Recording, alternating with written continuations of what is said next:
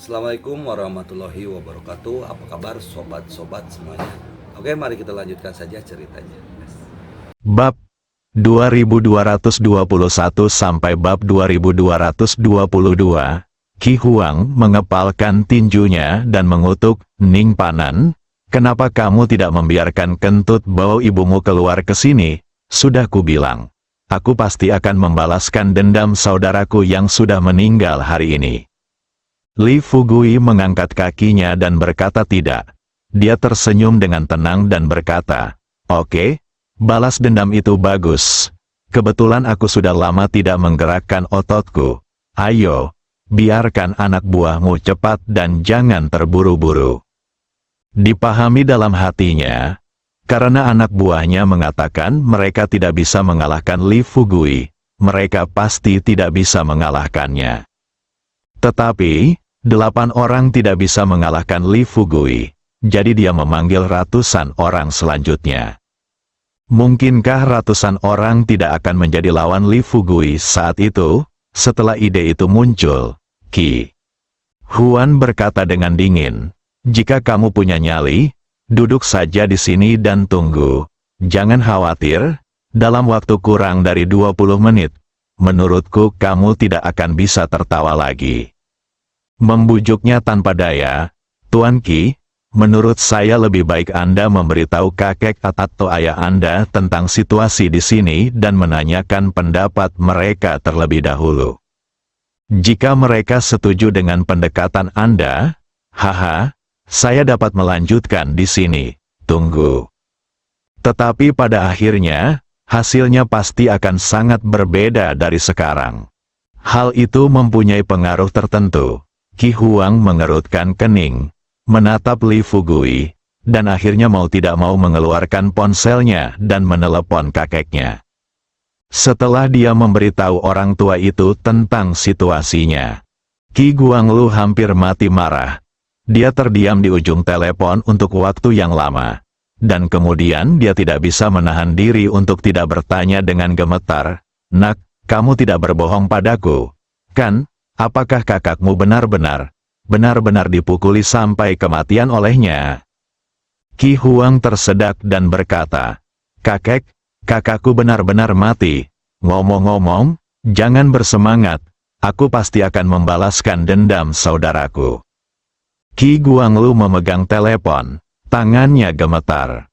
Dia mengertakkan gigi dan berkata dengan keras, bunuh dia dengan cara apapun. Keluarga Ki kami belum pernah diintimidasi seperti ini sebelumnya.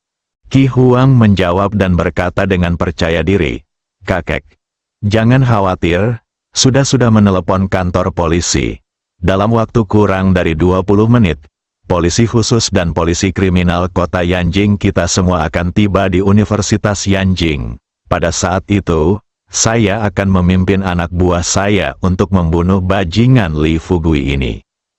Ki Huangang mengatakan ini, Li Fugui melintas di depan Ki Huang, mengulurkan tangannya, mengambil ponsel Ki Huang, dan kemudian tersenyum pada Ki Guanglu di ujung lain telepon, "Orang tua, kamu baik-baik saja?" Ki Guanglu jelas kedinginan beberapa detik, dan setelah bereaksi, dia bertanya dengan tidak percaya, apakah kamu?" Li Fugui tersenyum dan berkata, "Saya adalah orang yang baru saja membunuh cucumu."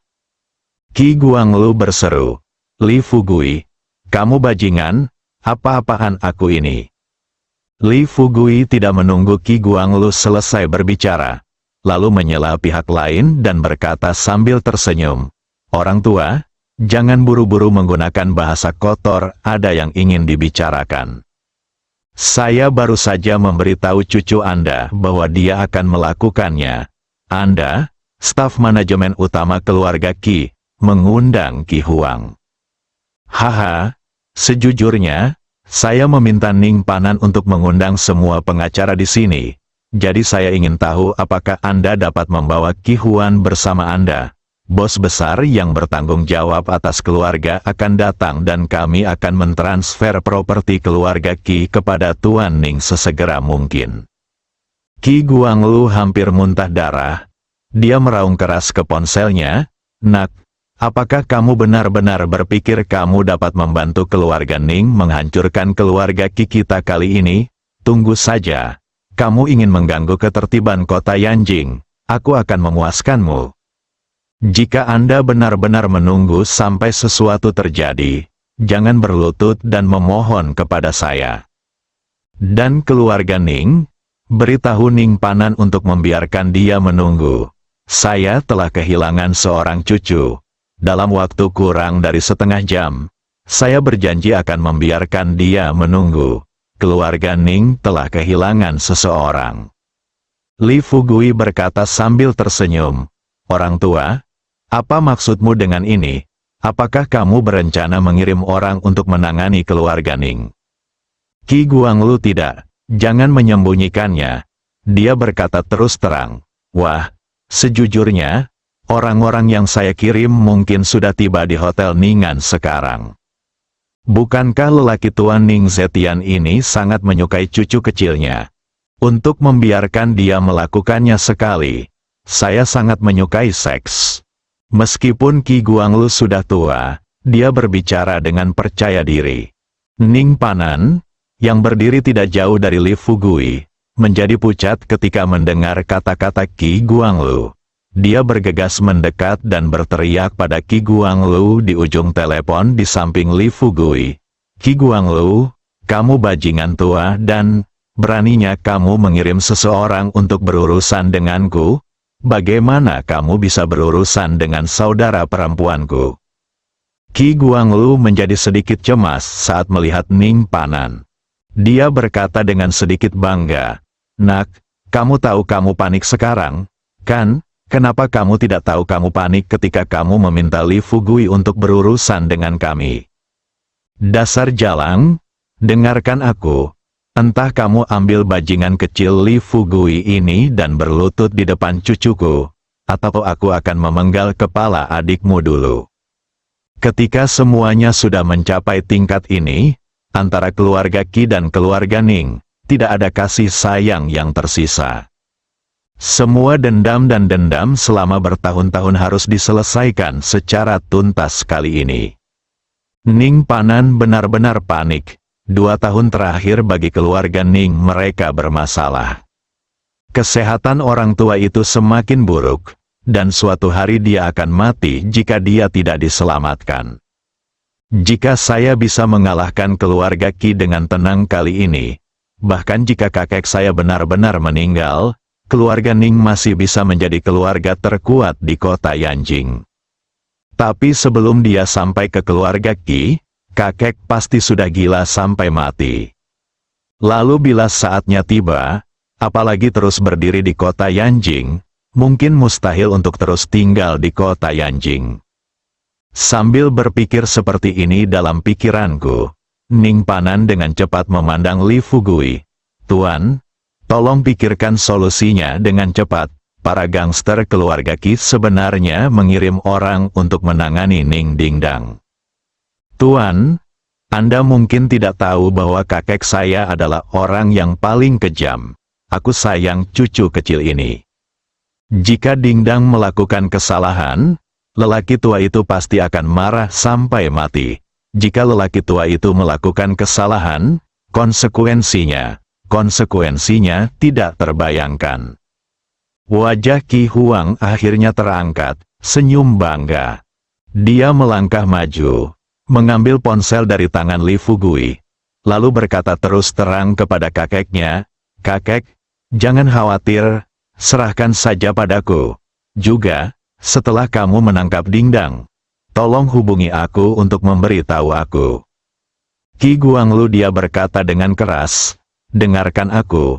Kali ini selama kamu bisa membunuh Li Fugui dengan cara apapun, meninggalkan keluarga Ning, kita punya banyak waktu untuk bermain dengan mereka." Qi Huang menjawab, dan segera sambil menutup telepon, dia berkata kepada Li Fugui, "Hening dan Pan An mengancam. Apakah kamu mendengar itu? Jika kamu benar-benar ingin bertahan hidup, yang terbaik adalah datang dan berlutut sekarang. Di depanku, aku masih bisa menyelamatkanmu seekor anjing hari ini. Butir-butir keringat muncul di dahi Ning Panan. Dia menatap Li Fugui dengan cemas, menunggu tuannya mengeluarkan perintah. Li Fugui masih memasang ekspresi yang sama seperti sebelumnya. Senyum tipis terlihat di sudut mulutnya. Dia berkata dengan tenang kepada Ning Panan, "Mengapa kamu panik? Apakah menurutmu beberapa orang yang kubawa tidak dapat melindungi adikmu?" Meskipun Ning Panan telah bertemu Chang Qiong dan yang lainnya, namun identitas Chang Qiong dan lainnya tidak begitu pasti. Saat ini, saya mendengar Li Fugui mengatakan ini. Ning Panan bertanya ragu-ragu, "Tuan, bisakah mereka? Apakah mereka benar-benar bagus?"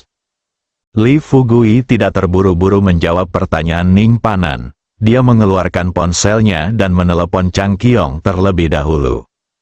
Setelah King Qiong menjawab telepon, dia tersenyum pada Li Fugui dan bertanya, "Saudaraku, kapan kamu kembali?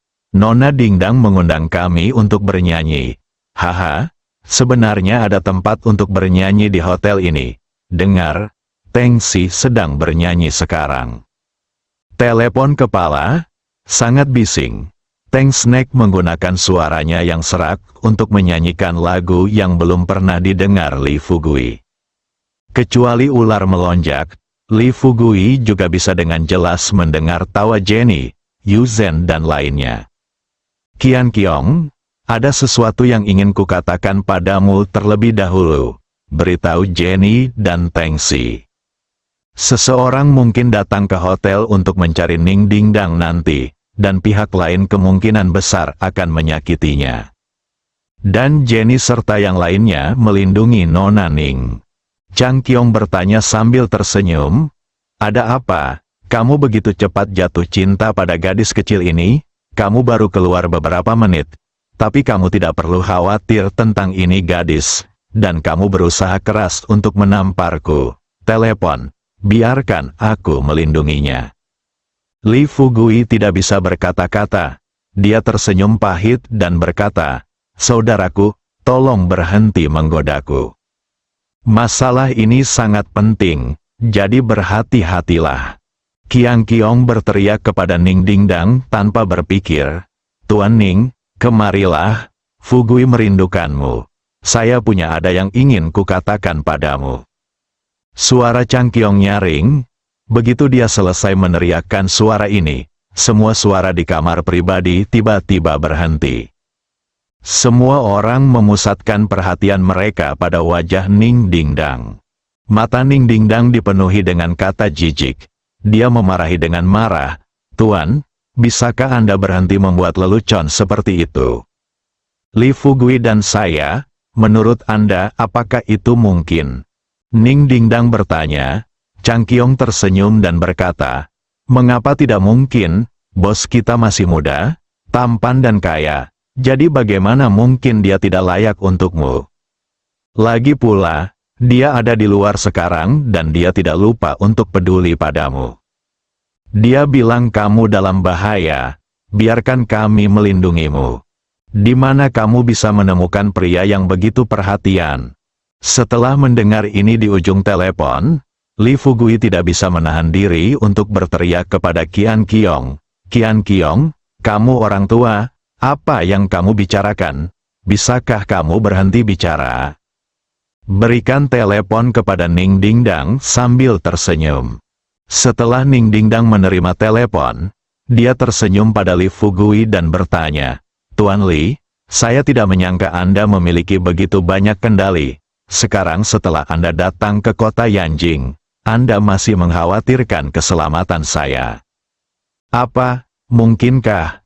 Apakah menurutmu ada orang di kota Yanjing yang berani menyakitiku?" Ning Dingdang baru saja selesai berbicara. Li Fugui berkata kepadanya dengan sungguh-sungguh, "Nona Ning, saya menyampaikan pesan itu kepada Anda. Itu urusan Anda apakah Anda ingin berhati-hati atau tidak. Saya pikir Anda sebaiknya waspada. Kali ini keluarga Qi datang dengan ganas. Jika kamu tidak hati-hati, aku khawatir kamu benar-benar akan kehilangan nyawamu." Setelah Ning Dingdang melihat sekeliling Chang Qiong dan yang lainnya, dia terus tersenyum pada Li Fugui dan bertanya, "Oke, meskipun aku dalam bahaya, menurutmu aku masih menginginkanmu? Apakah menurutmu tidak ada seorang pun yang tersisa di keluarga Ning kita?" Qiong berdiri dan berkata kepada Ning Dingdang, "Gadis kecil, kamu salah. Memang ada banyak orang di keluarga Ning kita. Teman-teman, tapi menurutku kalian semua keluarga Ning bersama-sama tidak akan mampu mengalahkan yang terlemah di antara kita." Pemimpin Sekte Ular melonjak. Dia baru saja selesai berbicara. Pemimpin Sekte Ular melonjak tiba-tiba teringat sesuatu. Dia menyentuh bagian belakang kepalanya, dan kemudian bertanya kepada Chang Qiong, "Tuan Chang Qiong, menurut Anda siapa yang dalam bahaya?" Chang Qiong melirik Ning Dingdang. Teng Snake lalu melambaikan tangannya dan berkata sambil tersenyum, "Tidak apa-apa, selama kita di sini, siapa yang berani datang ke sini untuk mencari kematian?" Teng Si tersenyum pada Ning Dingdang dan berkata, "Jangan khawatir, jika seseorang berani menimbulkan masalah untukmu kali ini, saya akan memberitahu keluarga Lian di kota Yanjing dan meminta lelaki tua dari keluarga Lian untuk datang dan membantumu." Mendengar ini, Li Fugui sudah sedikit tidak sabar. Dia berteriak kepada Chang Qiong dan yang lainnya, "Kalian ngobrol dulu, perhatikan apa yang baru saja saya katakan. Biar saya beritahu, jika Ning Dingdang dibawa pergi atau disakiti sedikit pun, saya tidak bisa mengampuni Anda.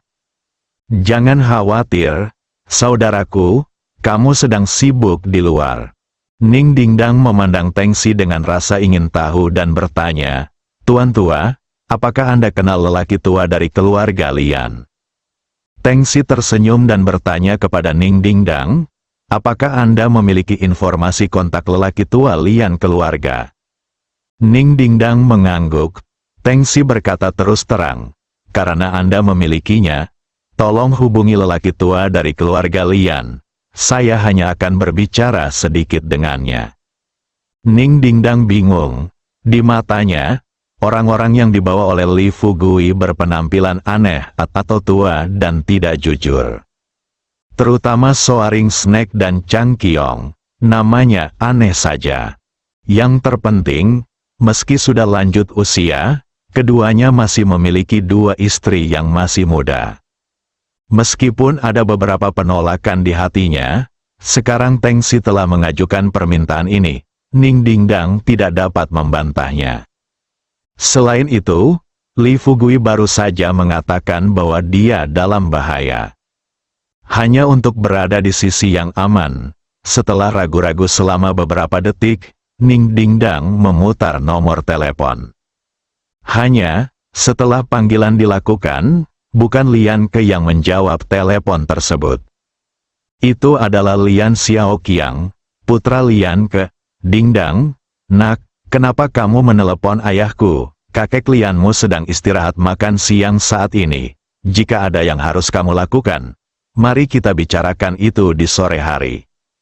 Ning Dingdang mendengar ini.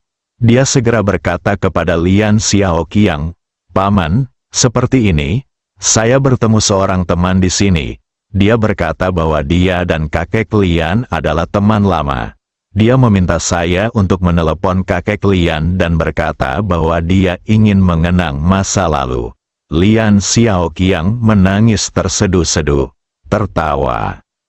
"Haha, apakah menurutmu itu mungkin? Oke, jika kita benar-benar teman lama, bagaimana saya bisa menggunakan ponselmu untuk menelepon kakek Lian?" Lian Xiaoqiang baru saja selesai berbicara. Teng Si mengulurkan tangannya dan mengambil teleponnya. Lalu dia berkata terus terang kepada Lian Xiaoqiang, "Apakah kamu Xiaoqiang?" Lian Xiaoqiang jelas terkejut ketika dia mendengar suara lama di ujung telepon. Suara ini benar-benar terasa seperti dia pernah melihatnya sebelumnya. Setelah beberapa detik hening, Lian Xiaoqiang bertanya dengan rasa ingin tahu, "Siapa kamu?" Teng Si berkata terus terang, Beritahu ayahmu bahwa seseorang akan datang dari Pulau Tengsi. Datanglah ke Hotel Ningan dalam waktu 20 menit. Bersambung.